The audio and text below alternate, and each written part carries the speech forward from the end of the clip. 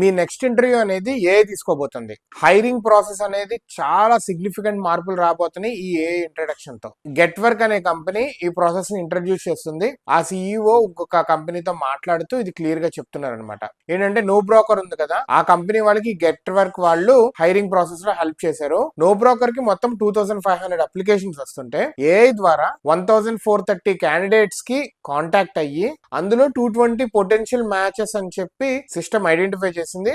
దాని తర్వాత 57 క్యాండిడేట్స్ ని షార్ట్ లిస్ట్ చేసింది ఏఐ. తర్వాత అందులో ఇంటర్వ్యూస్ చేయగా మొత్తము అందులో ఈ 57 లో 21 మెంబర్స్ కి, అంటే దగ్గర ఒక 45% మెంబర్స్ కి ఆఫర్ లెటర్స్ ఇచ్చారు 30,000 శాలరీ వాళ్ళది. అంటే చూడండి, దగ్గర 57 షార్ట్ లిస్ట్ చేస్తే అందులో 21 సెలెక్ట్ అయ్యారంటే అర్థం చేసుకోండి. లాస్ట్ రౌండ్ అనేది లైక్ హ్యూమనే వస్తాడు అండ్ ఇంటర్వ్యూ చేస్తాడు. బట్ వీళ్ళు షార్ట్ లిస్ట్ ఏఐ ఇలాగా ఎలిమినేట్ చేసుకుంటే ఎక్కడికక్కడ నాట్ సూటబుల్ ని తగ్గించుకుంటూ వస్తుంది. అదే కనుక ఈ ప్రాసెస్ అంతా ఒక హెచ్ఆర్ కానీ వీళ్ళందరూ చేస్తే ఎంత టైం అవుతుంది, ఎంత మ్యాన్ అవర్స్ పెట్టాల్సి వస్తుంది, ఎంత మనీ కన్స్యూమ్ అవుతుంది. ఏఐ ఇదంతా షార్ట్ లిస్ట్ చేస్తుంది. అయితే ఇంకా దీంట్లో మాట్లాడుతూ ఇంకా ఏమంటున్నారంటే ఏఐ ఇంకా షార్ట్ లిస్ట్ చేయబోతుంది. చాలా కంట్రీస్ లో లైక్ డైరెక్ట్ గా వెళ్ళి జాబ్ చేయడం కాదు, రిమోట్ ఫస్ట్ అనే పాసిబిలిటీ కూడా ఎక్కువ పెరుగుతుంది. జైపూర్ కానీ ఉదయ్పూర్ కానీ మన ఇందోర్ కానీ ఇవన్నీ లైక్ రిమోట్ ఎక్కువ చేస్తున్నారంటే ఏరియాస్ నుంచి. సో ఇక్కడ జాబులు చేస్తున్నారు. సో చాలా మంది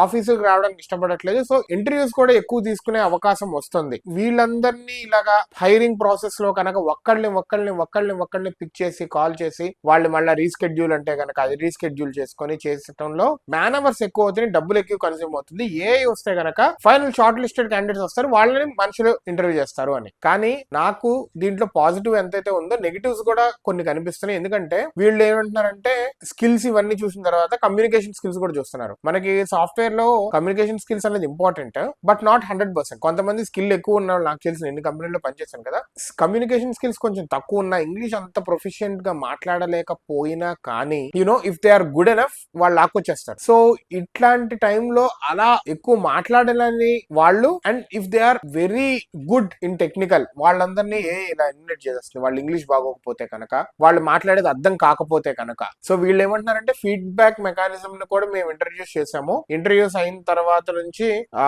ఫైనల్ ఇంటర్వ్యూ ఎవరైతే తీసుకుంటారో వాళ్ళు ఫీడ్బ్యాక్ ఇస్తారు సిస్టమ్ కి, so that it keeps on improving అంటున్నారు. సో ఇది ఒకటి చూసుకోవాలి. అదే విధంగా చీటింగ్ కూడా చేయండి. చీట్ చేయకపోయినా చీట్ చేశానని చెప్పచ్చు. ఎందుకంటే ఫర్ ఎగ్జాంపుల్ నేను ఇలా చూస్తున్నాను, ఎక్కడో లేకపోతే ఆఫీస్ లో ఇంటర్వ్యూ ఇస్తున్నాను, రూమ్ బుక్ చేసుకొని సడన్ గా ఎవడో తలుపు తీశారు, హే నో అలా చెప్తారు కదా, అది చీటింగ్ అని చెప్పి ఏ చెప్తే ఏం చెప్పలేం. లేదంటే నార్మల్ గా ఇంటర్వ్యూ ఇస్తానే ఇలా చూస్తారు సైడ్ కి, అంటే సైడ్ చూస్తున్నారు కాపీ కొడుతున్నారు అని చెప్పి ఏ చెప్పచ్చు. లేదు అలా చూస్తే కనుక కాపీ కాదు, నార్మల్ గా ఓన్లీ ఒకసారి 2 సార్లు చూస్తే ఏం కదంటే నిజంగానే వాడు అక్కడ ఎవడో ఆన్సర్లు పట్టుకొని ఉండి ఇలా చూసి 2-3 సార్లు చూసాడంటే ఫేక్ వాడు కూడా పాస్ అయిపోవచ్చు కదా. So there are both positives and negatives. దీన్ని పర్ఫెక్ట్ గా రోబస్ట్ గా చేయగలగాలి at the end of the day. అదే